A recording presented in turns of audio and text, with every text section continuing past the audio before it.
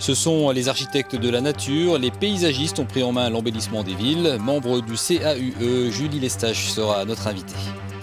Et puis nous partirons en immersion dans un bidonville.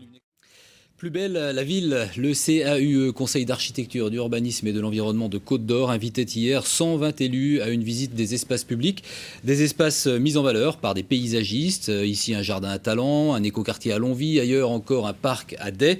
Une démonstration sur le terrain du travail des architectes de la nature. Catherine Roch, Christophe Gaillard. Garder des petits bouts de nature en ville, des lieux où on se balade, où on joue, bref, des lieux de vie et de lien. C'est ça le travail des paysagistes. La mairie de Day a ainsi confié une partie du parc du château à Olivier Lesage.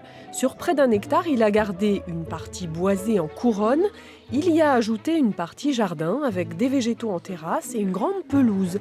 Avec l'achat des terrains, la commune a investi 600 000 € et le parc des Tourelles a déjà servi à de nombreuses manifestations.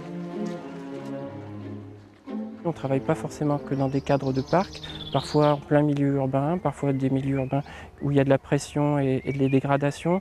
Donc il faut trouver des solutions efficaces, mais sans pour autant laisser la dimension culturelle du paysage ou d'agrément de côté.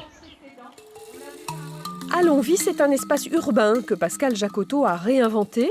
En concertation avec la ville et les habitants, elle a construit une passerelle entre deux mondes. Des arbres, des pontons, des jeux, des bancs, de nouvelles rues pavées ont transformé le biais du moulin. 2 hectares au total aménagés sur le site de l'ancienne école pour faire le lien entre ceux qui habitent déjà là et les futurs occupants de l'écoquartier.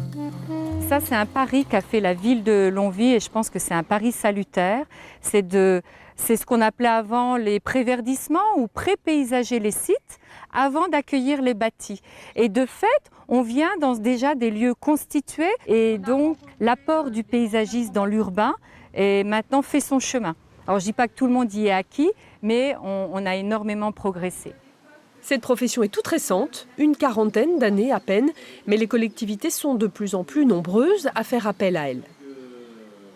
Membre du CAUE, Julie Lestage est notre invitée aujourd'hui. Bonjour. Bonjour.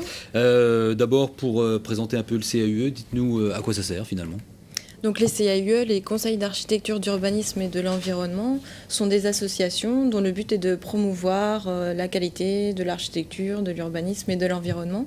Donc il en existe à peu près dans tous les départements en France et d'ailleurs en Bourgogne, le dernier CAUE qui manquait dans l'Yonne vient d'être créé. Et alors les collectivités font appel à vous pour avoir des conseils pour embellir leur ville, leur village ? Voilà, les collectivités, donc les communes, si on parle de la Côte d'Or essentiellement rurale, peuvent contacter le CAUE et puis avoir des conseils gratuits sur tout ce qui concerne par exemple les bâtiments ou alors les espaces publics comme on venait de le voir dans le reportage. Après, s'il faut faire appel à un paysagiste, ça va peut-être coûter plus cher pour la commune que de faire appel à une entreprise ou à son service des espaces verts. Alors c'est vrai que toutes les communes ne bénéficient pas de services techniques. La majorité des communes rurales d'ailleurs n'en ont pas. C'est pour ça qu'au CAUE, on peut les aider en amont pour préparer les projets, pour leur montrer des réalisations de qualité comme on l'a fait hier lors de nos journées.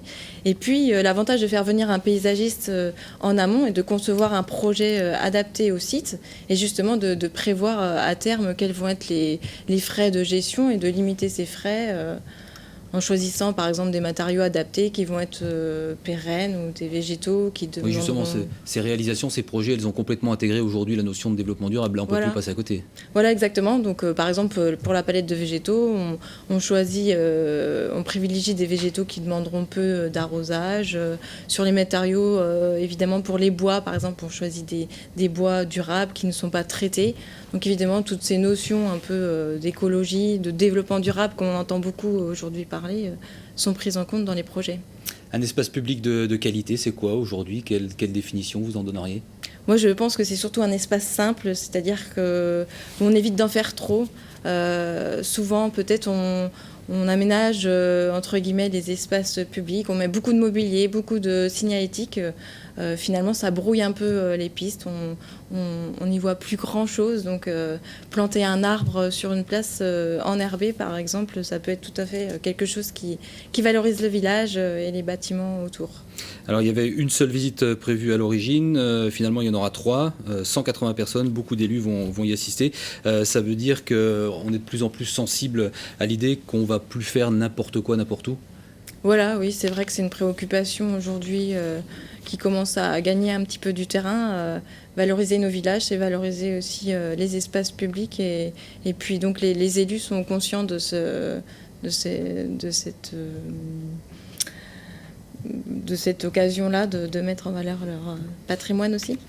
Merci beaucoup Julie Sage d'être venue sur ce plateau, continuer d'embellir nos villes et nos villages. On va passer à un autre type de ville justement dans lequel l'espace paysager n'a pas vraiment sa place, c'est même pas vraiment un souci.